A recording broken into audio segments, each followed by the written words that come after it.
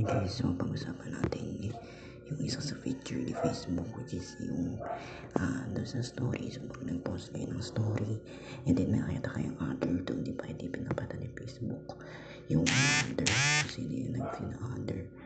So yun, try natin tanong kay Meta AI and then kay ChatGPT kung tungkol saan or bakit ganun yung feature ni Facebook, kung bakit may other tas hindi pwedeng makita ko sa inyo other.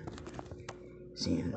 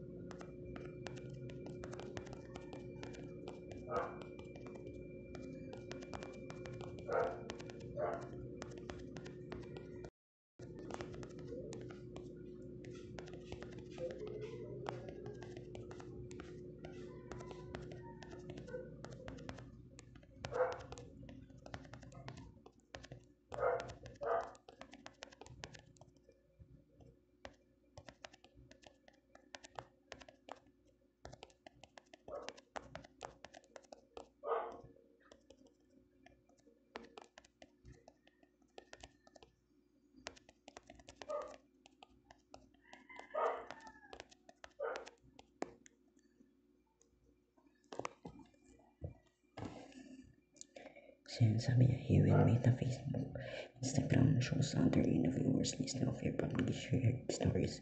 It usually means that the viewers fall into one of these categories. So ito yan, unfriends who view your story. If your story is set to public, people who are not in your friends list can see it. Instead of showing their names, Meta groups them as other people who follow you on Facebook. People can follow you without being friends, and they view your public story, they might appear under other users with restricted accounts. If someone has privacy restrictions like limiting out their activities, Meta may not display their name.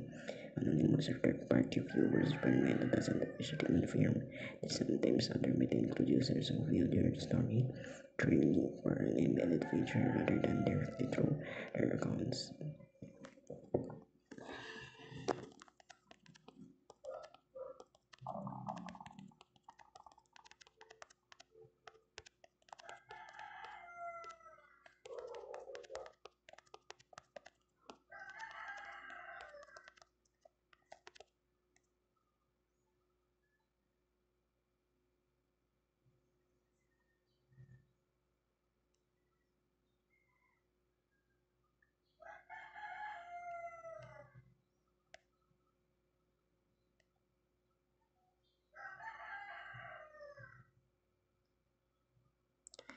Ito pala yung possible reason is encouraging engagement, keeping some viewer data hidden might encourage more people to interact with public content without worrying about being tracked. And then consistency across platforms. Instagram also hides certain historic viewers under others, suggesting that Meta is keeping the same approach across its apps. However, if Meta ever decides to change this, they would likely announce it in public update. Yan. So, ito lang yung tungkol dun sa other na nakikita natin na sa stories natin when it is publicly shared. So, ito lang naman yung some information na pwede nyo makuha kay GPT. Guys, and thanks for watching.